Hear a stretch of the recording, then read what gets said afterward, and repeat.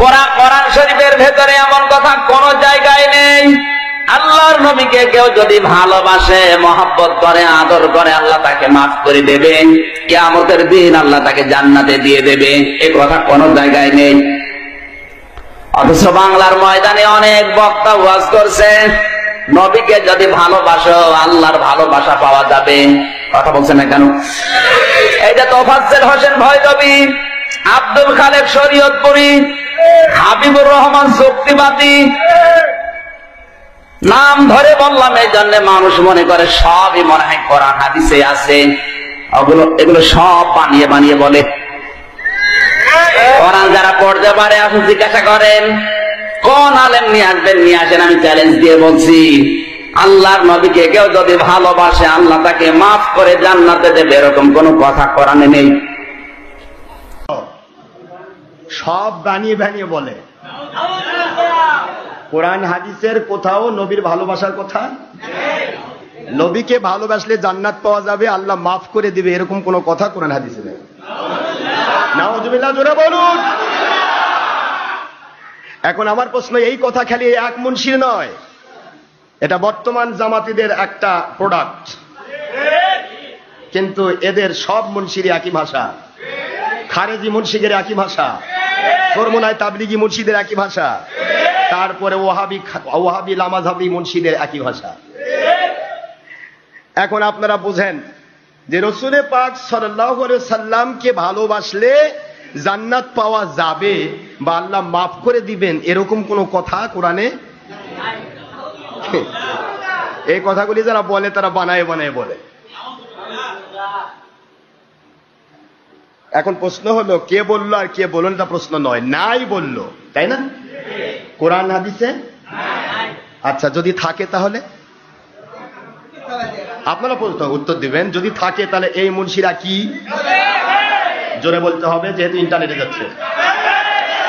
যদি কোরআন হাদিসে আমার আখিরি নবীর ভালোবাসলে জান্নাতে যাওয়া যাবে, আল্লাহ মাফ করে দিবেন, জান্নাতে যাওয়া যাবে, অবশ্যই যাওয়া যাবে, এই কথায় কোরআন হাদিসে থাকে, আর এরা বলো নাই, তাহলে এরা কি?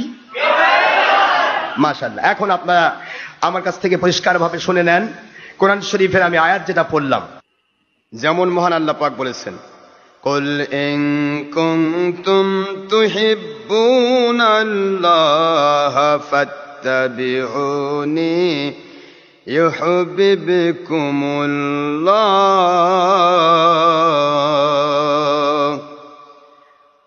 ওয়া ইয়াগফির লাকুম যুনুবাকুম ওয়াল্লাহু গফুরুর রহিম। অর্থাৎ সূরাতুল আলে ইমরানের 31 নম্বর আয়াত শরীফে আল্লাহ পাক বললেন, যদি তোমরা আল্লাহ রব্বুল আলামিনকে ভালোবাসতে চাও, ওনার ভালোবাসা পেতে চাও, তাহলে তোমরা আমার নবীজি পাক সাল্লাল্লাহু আলাইহি সাল্লাম ওনার অনুসরণ করো। আল্লাহর হাবিবকে ভালোবেসে অনুসরণ করলেই আল্লাহ পাক রব্বুল আলামিন তোমাদেরকে ভালোবাসতেছেন এবং কিয়ামত পর্যন্ত জান্নাতের ব্যবস্থা করা পর্যন্ত নবী প্রেমের কারণে ভালোবাসা দিতে থাকবেন। আর এই ভালোবাসার ব্যাস পরিধি ব্যাসার্ধ এত দূর পর্যন্ত ব্যাপৃত। ওয়ায়াগফির লাকুম যুনুবাকুম, আল্লাহ পাক বলেন তাদের নবীজির প্রেমে নবী পাক সাল্লাল্লাহু আলাইহি ওয়াসাল্লামকে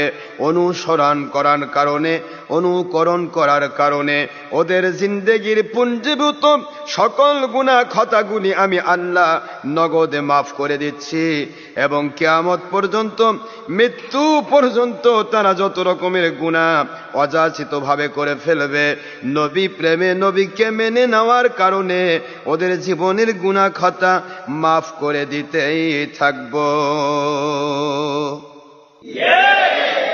সুবহানাল্লাহ। সূরাতুল আহজাব 6 নম্বর আয়াত শরীফে আল্লাহ পাক পরিষ্কার করে বললেন, আন-নাবিয়্যু আউলা বিল মুমিনিনা মিন আনফুসিহিম ওয়া আজওয়াজুহু